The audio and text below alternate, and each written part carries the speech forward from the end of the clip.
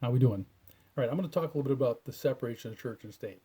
Now, contrary to popular belief and popular opinion, there is nothing in our founding documents, nothing written by our founding framers that would put a wall between the church and the state. It's not, there is no establishment of a separation of church and state in any of our documents. That being said, I believe in a separation of church and state, and I'll tell you why. Throughout history and knowing church history, what we see is that any time that the church gets involved too much with the state, it corrupts the church. And we don't want the state involved with the church because we don't want the state dictating what the church can and cannot teach. So the separation of a church and state in that context is a good idea, but it goes a little bit further. I'm going to read what the Constitution says, what the First Amendment says in the Bill of Rights is Congress shall make no law respecting an establishment of religion or prohibiting the free exercise thereof. That's the part the liberals and the atheists always like to leave out. Congress shall make no law respecting an establishment of religion or prohibiting the free exercise thereof. What does that mean? That means the Congress or the government cannot establish any particular religion as being a state religion. It can't make us all be Christian, Muslim, or we can't all be Jews. It can't make us all be Hindus. It can't even make us all be Catholics or Baptists or Lutherans or anything like that. The government cannot establish a religion, but at the same time, the government cannot prohibit the free exercise thereof. What does that mean? That means that nobody is forced to check their rights at the front door when they enter into a voting booth or even when they enter into public office. Your rights are your rights no matter where you go, and you always have the free exercise of religion, no matter what. What does the Declaration of Independence teach us? Okay, and everybody should be familiar with these documents. We hold these truths to be self-evident, that all men are created equal, that they are endowed by their who?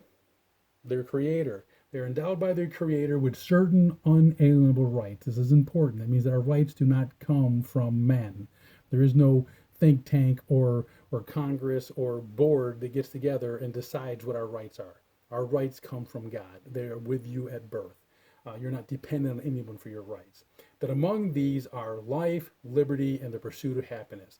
That to secure these rights, governments are instituted among men, deriving their powers from the consent of the governed.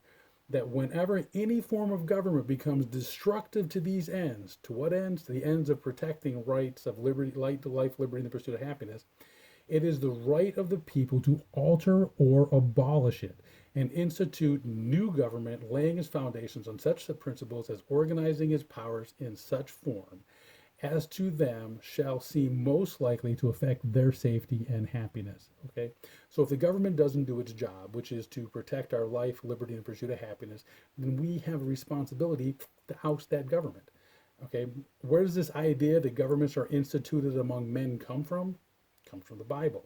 In the letter from Paul, from the Apostle Paul to the church in Rome, Romans 13:3 and 4. For rulers are not a cause of fear for good behavior, but for evil. Do you want to have no fear of authority? Do what is good, and you will have praise from the same. For it is a minister of God to you for good. But if you do what is evil, be afraid, for it does not bear the sword for nothing. For it is a minister of God, an avenger who brings wrath on the one who practices evil.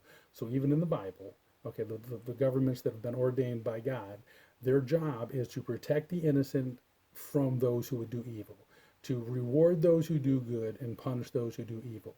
That's the same thing that our government's supposed to be doing. And when it fails to do that, we need to oust them. Okay, what is the role of the government? What are the responsibilities of the government? We, the people of the United States, in order to form a more perfect union, establish justice, ensure domestic tranquility, provide for the common defense, promote the general welfare, not provide the general welfare, and secure the blessings of liberty to ourselves and to our posterity, do ordain and establish this Constitution for the United States of America.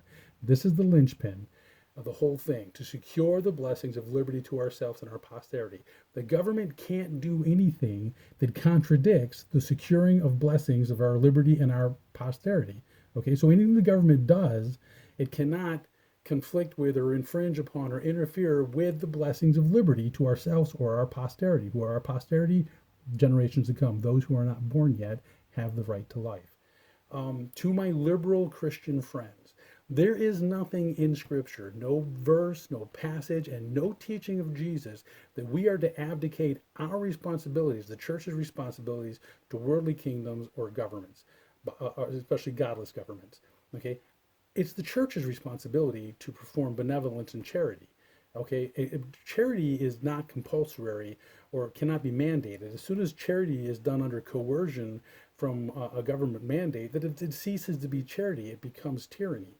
Okay, this is why the church, the government is growing and the church is shrinking, is because the church keeps sending people to the government for their needs instead of bringing them to where they have the love of Jesus. They're not going to meet Jesus standing in line at a welfare office. Okay, that's our responsibility. That's the church's responsibility. It's a personal responsibility. Charity comes from personal sacrifice, from compassion and empathy for those that are in need. Jesus put that on us. There's nowhere does he tell us that we're supposed to turn to the government for those things. That's the separation of church and state. For my progressive liberal friends, it goes the same way. You can't have it both ways. You can't cry separation of church and state and then want the state to act like the church. Okay, the responsibility of the state is to, as it says here, establish justice, ensure domestic tranquility, provide for the common defense, promote the general welfare, education, not regulation, to secure the blessings of liberty to ourselves and our posterity. It is not the role of the government to be your sugar daddy or to be your benevolent uncle or your nanny. That's not the role of the government. It's not the role of the government to pick you up when you fall on your face, when you've made a lot of mistakes. It's not for the. There's no compassion and there's no nobility in petitioning the government to redistribute other people's money to causes you believe in. That's a cop out. There's no love in that. Love and compassion and charity come from personal sacrifice. It comes from you taking away from yourself and giving to others. That's the separation of church and state.